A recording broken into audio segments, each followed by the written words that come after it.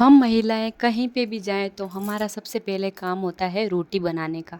चाहे वो फिर पीहर जाना हो या फिर कहीं घूमने या फिर कोई टूर पे जाना हो। या तो हमें घर वालों के लिए बनानी पड़ती है या तो हमारे साथ में टिफ़िन ले जाने के लिए रोटियां बनानी पड़ती है।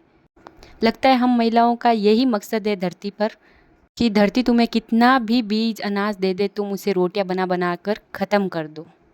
जो लोग बोलते हैं कि लड़कियां तैयार होने में बहुत ही ज़्यादा समय लगाती है, उनको मैं बता दूं कि हमारे सिर्फ बाल सुलझाने में ही आधा घंटा लग जाता है, जिसमें तो हम चोटी करते ही नहीं है, सिर्फ जूड़ा करके चले जाते हैं, जिसमें हमारे 15 मिनट बच जाते हैं। और ये वाला मस्त चूड़ा जो कि मुझे बहुत ही ज़्यादा फेवरेट है, ये जो आगे पाटला पहना हुआ है, और नौरते की वजह से मैंने सुबह ही मेहंदी लगा ली थी और ये सूखने में बहुत ही ज़्यादा टाइम लगी थी। फिर बारी आती है बच्चों को तैयार करने की, जिसमें खुद मैं पहले रेडी हो जाती हूँ, फिर करती हूँ दृष्टि को तैयार। जिसमें सबसे बड़ा मुश्किल काम है, आप सच मानो ना, बच्चों को काजल निकालना। पर अगर इनको फ़ोन दे दिया जाए ना तो फिर इनको काजल चोटी करना कुछ भी काम मुश्किल नहीं लगता है। और आपको पता ही है, हम राजस्थानी कहीं पे भी टूर में जाते हैं तो फिर कोई इनोवा या बड़ी गाड़ी लेकर नहीं जाते, हम जाते हैं टोली में या फिर ट्रैक्टर में। वैसे बातों बातों में मैंने आपको बताया ही नहीं कि हम जाने वाले कहाँ पर हैं।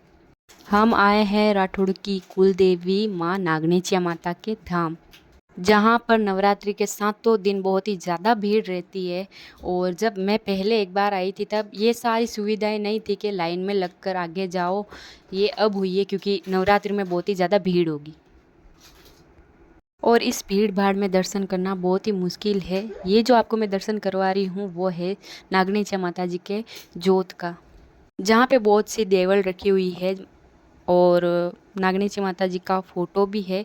और इस भीड़ भाड़ में रुकने ही नहीं देते, अच्छे से दर्शन भी नहीं करने देता, बस हाथ जोड़े आगे चलो, हाथ जोड़े आगे चलो। पर अगर आपको कोई माता जी के दर्शन करने जाना है तो फिर आप नवरात्रि में ही जाएं, क्योंकि तब सबसे ज़्यादा देवियाँ प्रकट होती है। और अदर डे आप जाओ या ना जाओ कोई फ़र्क नहीं पड़ता उससे।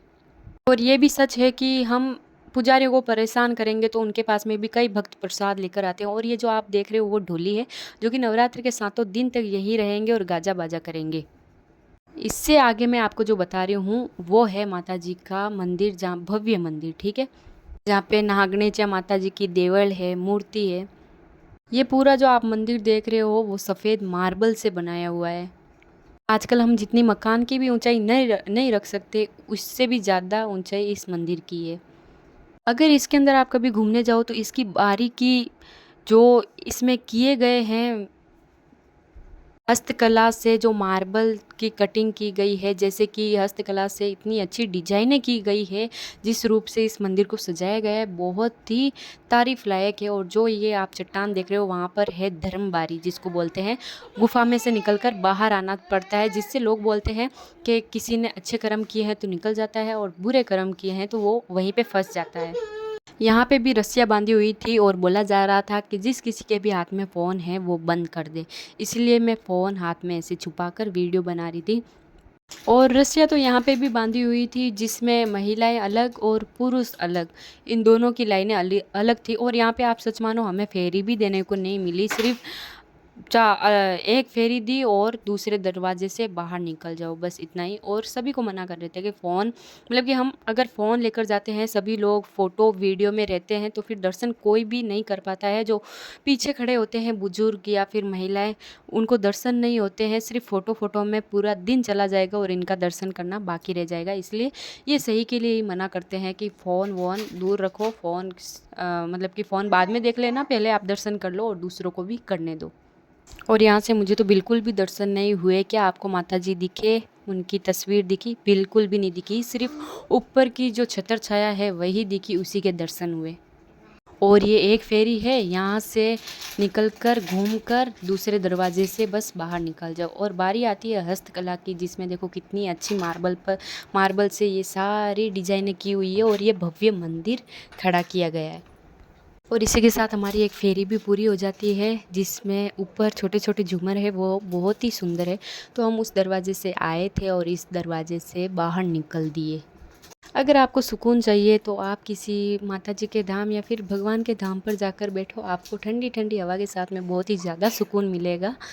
और इस भीड़-भाड़ में मैं सोच रही थी कि मैं भी धर्मबारी मतलब कि गुफ़ा में से निकलूँगी। इससे 1 डेढ़ साल पहले भी मैं गई थी, तब मैं इस धर्मबारी से निकली थी और मैं निकल भी गई थी उसमें से। और अब की बार इतनी ज़्यादा धूप थी और चट्टानें तपी हुई होती है और वहाँ पर बिना चप्पल पहने जाना होता है। पर अब की बार मैं नहीं गई थी क्योंकि यहाँ पर बहुत ही ज़्यादा भीड़ थी और वो आप देख सकते हो। वो तो दूर की बात, मैंने फ़ोटो तक नहीं खींच पाई यहाँ पर। और उसके बाद में बारी आती है मेले की, जहाँ पर भाव-ताव तो आसमान छूती रेट होती है। जहाँ पर सबसे ज़्यादा चूड़े, कंगन ये सारे थे, पर इनमें से मुझे एक भी पसंद नहीं आए। और मैंने सारा वीडियो आपके साथ में शेयर नहीं किया है क्योंकि वो सारा वीडियो शेयर करती बहुत ही ज़्यादा बड़ा वीडियो हो जाता। छोटी-छोटी सी क्लिप थी, वो मैंने बनाई और आखिरकार हम वापस चल दिए। मैंने मेले में से क्या लिया ये देखो। ये गुड़िया जो कि दृष्टि के पापा गाड़ी में रखेंगे तो बहुत ही अच्छी लगेगी, और मैं नागनीचा माता जी की फ़ोटो लेके आई थी उसके लिए चुंदड़ी। लास्ट में ये 50 रुपए की लिपस्टिक, जो कि मेरा फेवरेट कलर है और मुझे सबसे ज़्यादा लिपस्टिक का शौक़ है। और अभी हुआ है 5:43, निकले थे घर से 9:23 पे और अभी हो रहे हैं 5:43, जिसमें कुछ खाने पीने की चीज़ें हैं वगैरह वगैरह, छोटी मोटी है कुरकुरे वगैरह, जो दृष्टि के लिए कभी हमें घर से बाहर क्या पास में दुकान होगी ना वहाँ पे भी जाने को नहीं मिलता है। बस कहीं पे जाते हैं कोई देवी देवता के या फिर कोई दूसरी जगह, तब जाके बच्चों के लिए कोई खाने पीने की चीज़ें ले आते हैं, नहीं तो दृष्टि के पापा को बोलते हैं वो लेके आ जाते हैं। बाकी अभी 4-5 दिन से वो घर पे नहीं आए तो फिर मैं इसके लिए एक्स्ट्रा ही लेके आई, ताकि मैं कुछ काम करती हूँ तो फिर इसको दे दूँ तो फिर ये खेलने लग जाए। और एकदम आज की भीड़ आपने देखी थी, बहुत ही ज़्यादा थी और थकावट तो बहुत ही ज़्यादा है। मेरे पैरों की हालत तो आपको पता ही थी कैसी है। उसके साथ में जाकर आना भी पड़ा, और वैसे अच्छा है कि हुक्म हो गया, जाकर आना हो गया। और ये इयररिंग्स अभी खोलूँगी, कपड़े चेंज करूँगी, क्योंकि घर पे आने के बाद में थोड़ा सा फ्री होना अच्छा लगता है। तो ठीक है, मिलते थोड़ी देर में। कहीं से थक हार कर आते हैं तब हमें लगता है कि बस सीधे सो ही जाएं, पर हम महिलाओं को सब कुछ काम करना पड़ता है, उसके बाद में रात को जाकर रेस्ट मिलता है। सीधे आते ही कोई हमें नहीं सुलाता है कि चलो तुम थके हुए हो सो जाओ। तो ये था आज का व्लॉग। इस मेहनत के लिए आप कर दीजिए लाइक, कमेंट, शेयर।